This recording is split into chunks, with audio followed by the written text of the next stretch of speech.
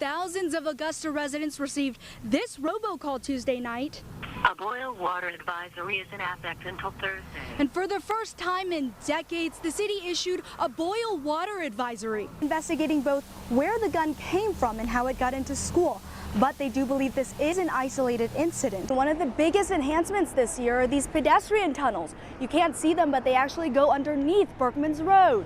Think of this pool as your household water filter. When they drained this specific pool down, we're here with Steve Castle. So Steve, the roads are pretty wet out here. Is it a concern? It is open to traffic, but if you take a look at the road, crews still need to put in another 1.5 inches of asphalt, as well as the final striping. The Savannah Riverkeeper says just 3 days ago, water levels were at where this orange cone is. We spoke to a restaurant employee who found the baby after hearing it crying right over here. Roads are a little wet out here. Traffic is still slow, but as we saw yesterday, it is going to pick up. Behind me is the house where gunshots were heard, but it's still unclear as to who pulled the trigger. He says he wants to stay with GRU as long as the Board of Regents allows. Live in Augusta, I'm Wen Lei.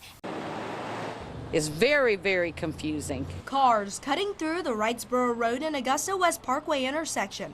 The problem is drivers in the left turn only lane are making the mistake of going straight. It really is an accident waiting to happen.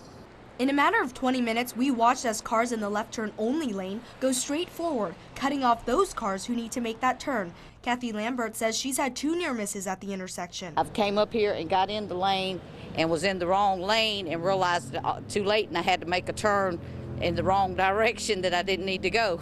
In this outer lane, you can turn right, go straight, or turn left. And in this lane is a left turn only lane, but drivers are getting confused and blame the lack of signs. Anytime you do a shift in traffic control or anything like this, you're going to get a little bit of confusion initially. Although this is a Georgia DOT project, Augusta's traffic engineer Steve Castle says construction is always a factor in changing traffic patterns. GDOT says it plans to install overhead signs that will clearly designate lane directions, as well as clear pavement marking at the end of their project. Now we got this new receiving approach to Barton Chapel. It looks like some of the inside turn lanes are getting, the brains are telling them they go straight, but we're going to look and talk to DOT about maybe some additional signage, at least until the full road is open. Castle says he is now in contact with GDOT to get clearer signs installed earlier than planned. Lift it up, Preston. Lift it up. For Preston Weaver, this is a normal morning. Physical therapy to work on simple things like lifting his head, an action we take for granted. He's like a completely different child than he was a year ago. Preston has Lennox-Gastaut syndrome, which is a form of uncontrollable epilepsy. For the last year, he's been enrolled at the cannabidiol trials at Augusta University, being their first patient to take part in the new treatment. To be completely honest with you, what I've seen in the last year is nothing short of amazing. His mother, Valerie Weaver, says since receiving the marijuana extract, Preston's seizures have decreased tremendously, going from 60 to 80 seizures a day down to only a few. She says as a result, his cognitive skills are improving, and he can do simple things such as chew his own food. When you're not seizing all the time, you're actually able to retain things. It was like every time he would have a seizure, it would wipe the slate clean, and so he was not ever able to retain anything.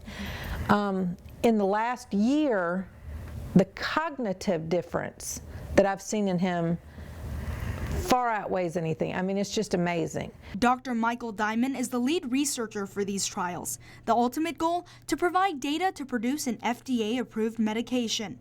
But a major purpose of these trials is to be able to find a mechanism to provide cannabidiol to these children. Say my magic medicine worked. For the Weavers, they're calling it a miracle. The oil has done more for him than any of the other medications he's ever been on. And it's far more natural.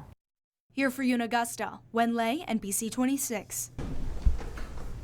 As Stephon Carter was led into the courtroom, it was expected to kick off a trial lasting at least 2 weeks. However, we have reached a resolution in this matter. An 11th hour deal saw Carter plead guilty to both the shooting death of Aiken Public Safety Officer Scotty Richardson and the attempted murder of another officer, Travis Griffin, in December of 2011. With the trial over before it started, Carter turned to apologize to Richardson's family and friends. I'd like to apologize for taking away the son, the brother, and the father. I admit that I was wrong, and I accept all. won't be able to forgive me. State Prosecutor J. Strom Thurman says his legal team decided to withdraw the death penalty for the likeliest maximum sentencing. We were not at all firmly convinced that the jury we had impaneled would arrive at a unanimous death verdict. Members of Richardson's family, including his mother, brother, and wife, tearfully addressed the court. Richardson's family says they are disappointed Carter did not receive the death penalty, but did say they are at peace with the life sentence without parole. He will not see his sons turn into men. Scott was robbed of all these life opportunities. His boys were robbed of their life experiences with their father.